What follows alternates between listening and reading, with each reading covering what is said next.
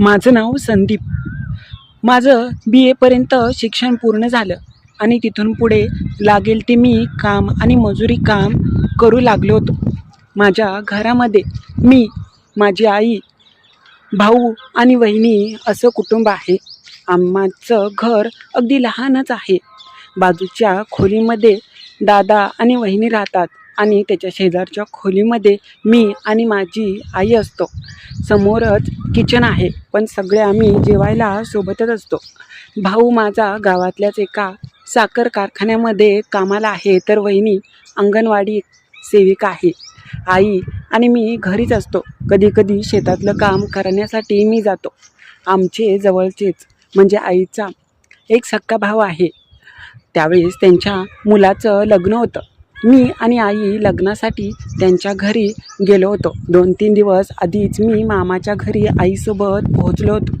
रात्री घरात जागा पुरत नव्हती, म्हणून मग मी गच्चीवरती जाऊन म्हणजे मामाच्या टेरेसवरती जाऊन झोपलो होतो. घरात इतर पण पाहुणे होती, पण निम्म्या रात्री अचानक एक बाई, जी मामीची नातेवाईक होती, ती तिथे आली. पण आमच्यामध्ये नक्की त्या दिवशी काय घडलं? अंधाऱ्यात तिने मला वेगळं समजून माझ्याकडून काय करून घेतलं आणि त्या दिवशी आमच्यामध्ये काय घडलं, तीच कथा मी तुम्हाला सांगणार आहे. पण त्याच्या आधी जर तुम्ही नवीन असाल आणि अजूनपर्यंत आपल्या या चॅनेलला लाईक सबस्क्राईब केलं नसेल तर लगेच करून घ्या. चला तर मग कथेला सुरुवात करू.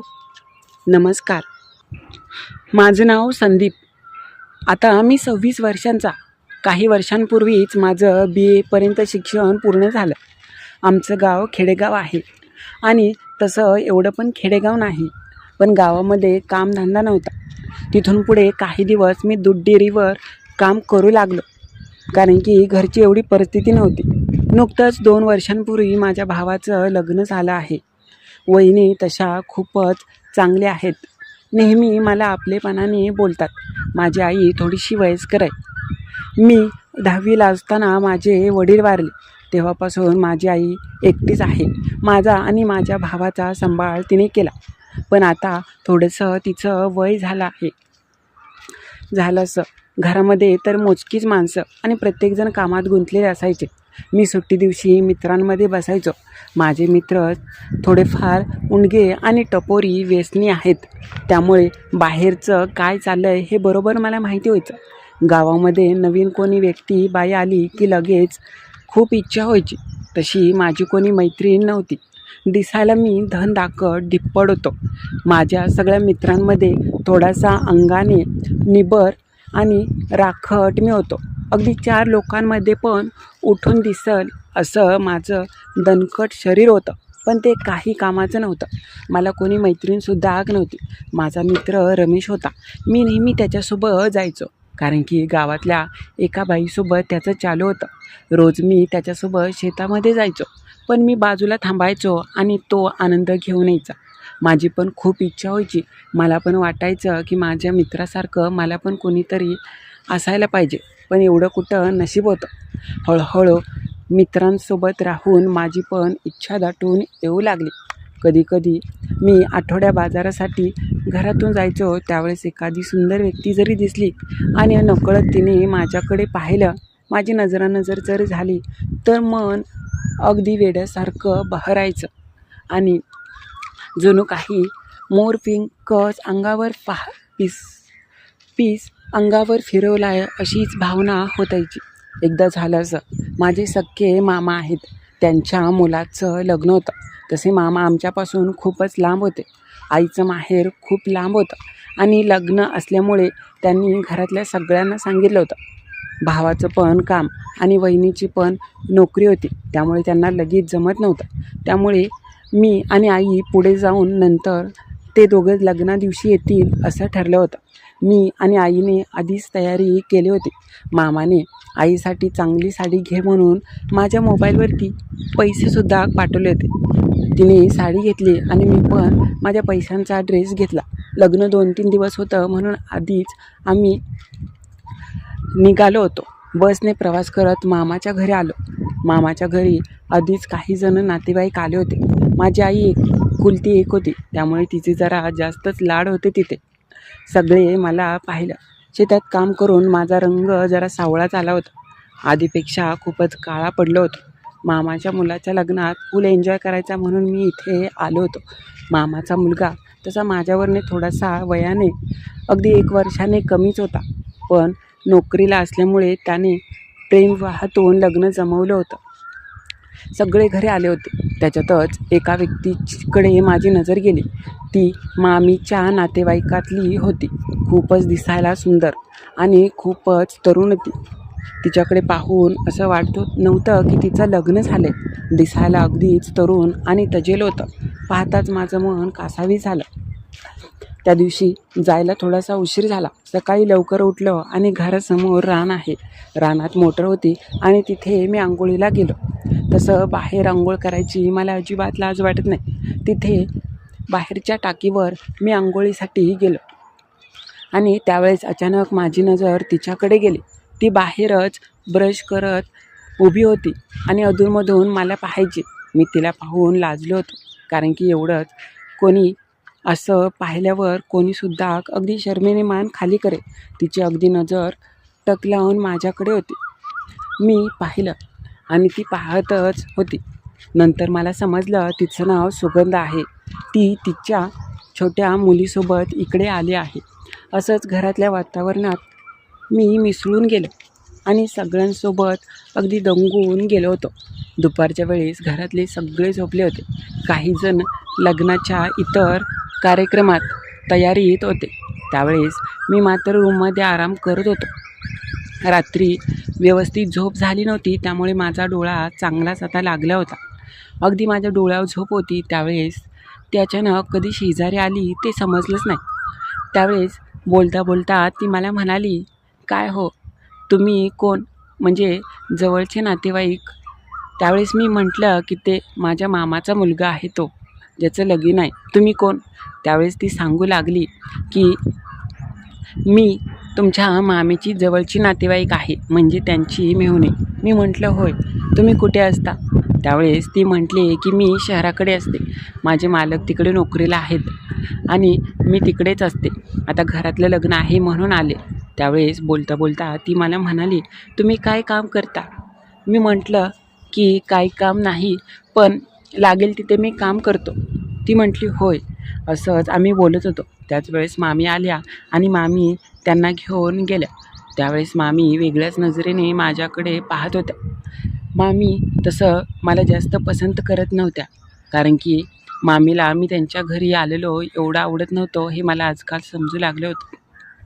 मी जास्त लक्ष दिलं नाही आणि मी नंतर झोपी गेलो. संध्याकाळी 5-6 वाजले. घरातल्या इतर कामात मी मदत केली होती. बाहेरून काही तरी आणायचं होतं, ते सगळ्यांसाठी मी मदत करत होतो. खूपच धावपळ करत होतो, त्यामुळे व्यवस्थित आरामसुद्धा करायला मिळत नव्हता. संध्याकाळ आम्ही सगळ्यांनी सोबत बसून जेवण केलं. जेवताना ती असलेली सुगंधा मलाच टक लावून पाहत होते. मुद्दाम माझ्यासमोर येऊन तुम्हाला काय हवं आहे का माझी विचारपूस करत होते. ती बोलली तरी मला कसं तरीच होत असायचं. माझं मन वेडपिशासारखं करायचं, पण मी स्वतःला सावरत होतो. आपण पाहुण्याच्या घरात, इथं काय करायचं नाही.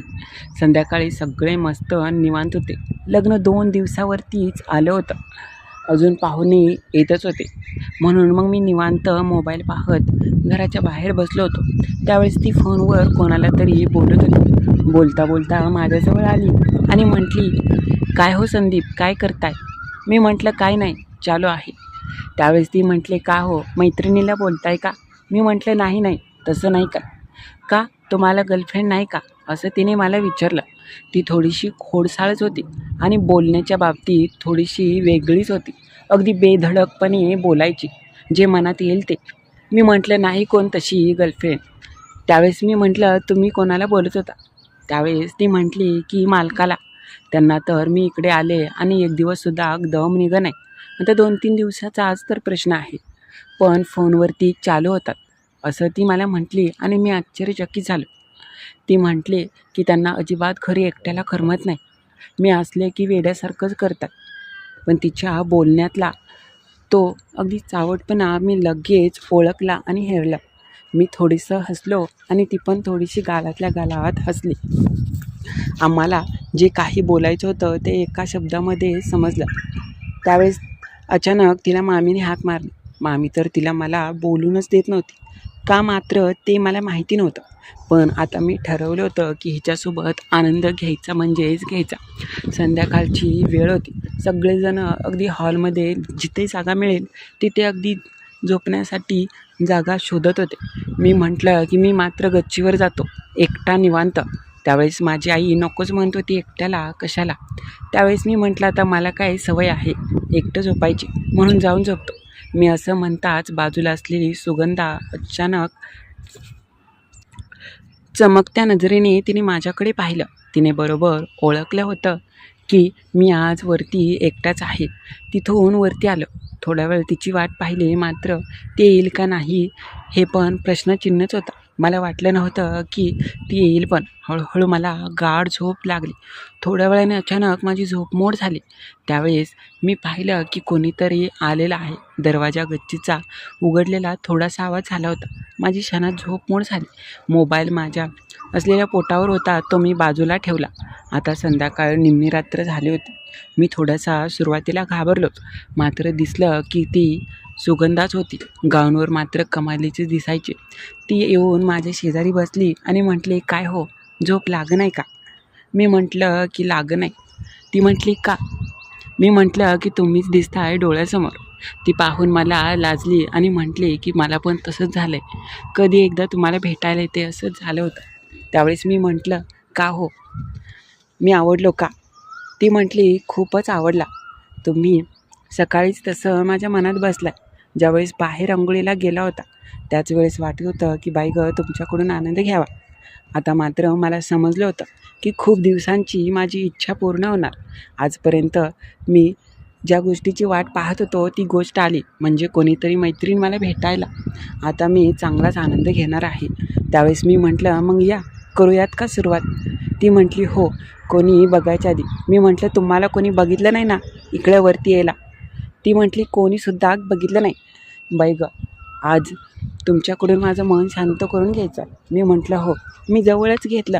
त्यावेळेस ती म्हटली, अहो दमानी लगेच ओढून घेताय, जरा प्रेमाने करा म्हणजे आनंद मिळेल. मी म्हटलं, बरं, तुम्ही जसं म्हणताय तसं. मी अलगद तिला ओढून घेतलं. खाली अंथरुणावर मी होतो, मात्र आता एकाचं 2 जण झालं. आनंद घेऊ लागलो. तिच्या असलेल्या केसांचा वेगळाच अगदी सुगंध दरवळत होता. हळूहळू आम्ही 2 रंगात येऊ लागलो आणि त्या चांदण्या रात्री चांगलंच प्रेम खुलत गेलं. ती म्हटली, बाई गं, मी तर असा विचार करत होते की कधी एकदा मी तुमच्यासोबत येते, पण तुमची मामी आहे तिला नाही आवडत असं तुम्हाला बोललेलं. मी म्हटलं का? त्यावेळेस ती म्हटली की तिला माहीत आहे की मी तुमच्यासोबत बोलते म्हटल्यावर तुमच्याकडून नक्कीच आनंद घेईन. तिला माहीत आहे माझी सवय. मी म्हटलं, होय का? मग मी आनंद घेऊ लागलो. हळूहळू मी अगदी ओठांकडे गेलो आणि तिला मंदच आनंद देऊ लागलो. तुझ्या ओठाचा स्पर्श खूपच कमालीचा आहे. ती म्हटली, बाई गं, तुझे हात तर खूपच राकट आहे. असं वाटतंय तू सारखा शेतामध्ये काम करतो. मी म्हटलं, हो. ती नुसती वेडीपिशी झाली. आजपर्यंत एवढं सुख मला कधीच कोणी दिलं नाही. ओठ मात्र सगळीकडे फिरत असताना अंगावर शहारेच येत होते. आता ती म्हटली, आता सुरुवात कर, आता दम नाही निघणार. कोणी येण्याच्या आधी तुम्हाला आनंद दे. मी म्हटलं, बरं. मी तिथेच आनंद देऊ लागलो. तिचा चेहरा अगदी चमकत होता त्या चांदण्या रात्रीसुद्धा. गच्चीवरती तिचा मंद आवाज पसरला होता. निशब्द राहून मी तिला आनंद देत होतो. तिचे ओठ कमालीचेच गुलाबी ओटे. मी तिला आनंद देतच राहिलो. त्या दिवशी थांबायचंच नाही, मी असाच निर्णय घेतला होता. त्या रात्री 2 वेळा मी तिला सुंदर क्षणाचा आनंद दिला आणि ती पण खूपच आनंदी झाली. थोडा वेळ थांबली आणि नंतर हळूच आपापल्या जागेवर जाऊन खाली ती अगदी गाढ झोपली. सकाळी तिला उठायला उशीर झाला होता, मात्र मी कामात होतो. ज्यावेळेस माझी आणि तिची नजरानजर झाली त्यावेळेस ती म्हटली, बाई गं, मी तर तुला साधा सरळ गावाकडचा समजत होते. तुझ्याकडून काही एवढं व्हायचं नाही, पण बाई गं, अजून पण त्रास होतोय मला. रात्री मात्र खूपच चांगल्या प्रकारे तू काम केलं. ती हसली आणि म्हटली, आज रात्री पण मला पाहिजे. मी म्हटलं, हो. मग काय, त्या दिवशी रात्री पण मी आनंद दिला. लग्न होईपर्यंत 2-3 दिवस आम्ही कंटिन्यू वेगवेगळ्या पद्धतीत आनंद घेत होतो. तर कशी वाटली तुम्हाला ही माझी कथा ते नक्की कळवा. आणि हो, नवीन असाल तर चॅनलला लाईक सबस्क्राईब करायला विसरू नका.